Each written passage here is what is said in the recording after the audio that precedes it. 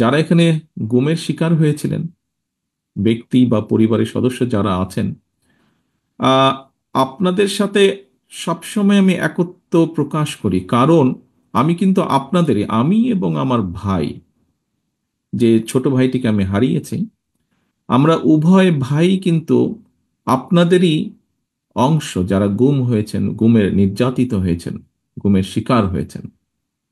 কিছুদিন আগে আমি হুম্মম কাদেরের সাথে কথা বলছিলাম, ও এসেছিল আমার সাথে একটি বিষয় আলাপ করার জন্য। আয়নাঘর নামক যেই জায়গাটি তৈরি করা হয়েছিল, সেই জায়গাটাতে বর্তমান অন্তর্বর্তীকালীন সরকারের সরকার প্রধান সহ অন্যরা গিয়েছিল, সেখানে হুম্মাম কাদেরও ছিল। সেখান থেকে আসার পরে হুম্মাম আমাকে কিছু বিষয় বলছিল। তখন হুম্মাম আমাকে বলল যে, ভাইয়া, আপনাকে যেই ঘরে রাখা হয়েছিল, আমাকেও সেই একই ঘরে রাখা হয়েছিল। এখানে অনেকেই আমরা আছি যারা আমরা আয়না ঘর থেকে ঘুরে এসেছি। অনেকেই আমরা আছি যারা আমরা আয়না ঘরে অত্যাচারিত হয়েছি। এখানে অনেকেই আছেন যাদের স্বজনেরা আয়না ঘরে গিয়েছেন, আয়না ঘরে অত্যাচারিত হয়েছেন। কেউ হয়তো ফিরে এসেছেন, কেউ হয়তো ফিরে আসেননি। একজন রাজনৈতিক কর্মী হিসাবে, একটি রাজনৈতিক দলের সদস্য হিসাবে, স্বাভাবিকভাবেই আমাদের প্রত্যাশা যে একটি জনগণের যেই প্রত্যাশা, সেইভাবে রাজনৈতিক দল হিসাবে আমাদেরও প্রত্যাশা যে সামনে একটি সুষ্ঠু নিরপেক্ষ নির্বাচন অনুষ্ঠিত হবে। নিরপেক্ষ নির্বাচনের মাধ্যমে বাংলাদেশের জনগণ তাদের সরকারকে, বা কারা সরকার গঠন করবে, সেই সিদ্ধান্ত তারা দেবেন বাংলাদেশের জনগণ।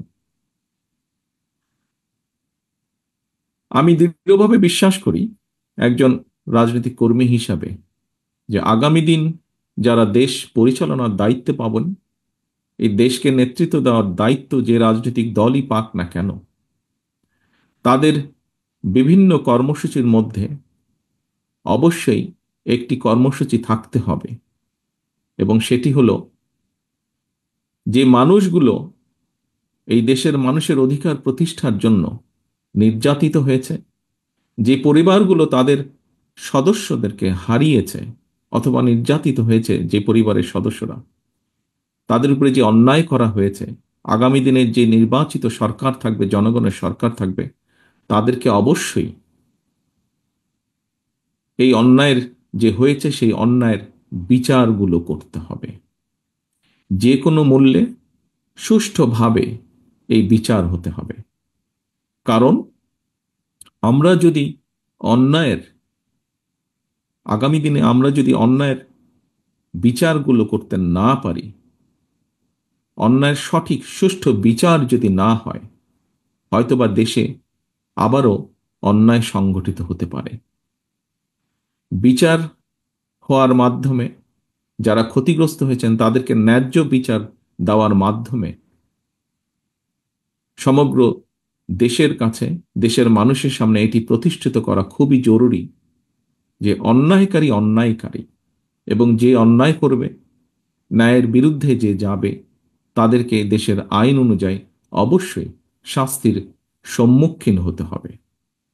আমার আমাদের দলের অবস্থান থেকে আমরা পরিষ্কারভাবে এটি বলতে পারি যে বিএনপি বাংলাদেশ জাতীয়তাবাদী দল, তাকে যদি বাংলাদেশের মানুষ আগামী দিনে সুযোগ দেয় দেশ পরিচালনার, তাহলে অবশ্যই বিএনপির যেরকম রাজনৈতিক কর্মসূচিগুলো আছে, সেই কর্মসূচিগুলোর পাশাপাশি অবশ্যই আমাদের সর্বোচ্চ চেষ্টা থাকবে যে বিগত স্বৈরাচার বিরোধী আন্দোলনে যারা ক্ষতিগ্রস্ত হয়েছেন, বিভিন্নভাবে নির্যাতিত হয়েছেন, একই সাথে জুলাই আগস্ট মাসে যারা ক্ষতিগ্রস্ত হয়েছেন, নির্যাতিত হয়েছেন, যারা শহীদ হয়েছেন, সেই বিভিন্নভাবে যাদেরকে হত্যা করা হয়েছে, সেই হত্যাগুলোরও বিচার অবশ্যই ইনশাল্লাহ আমরা করব।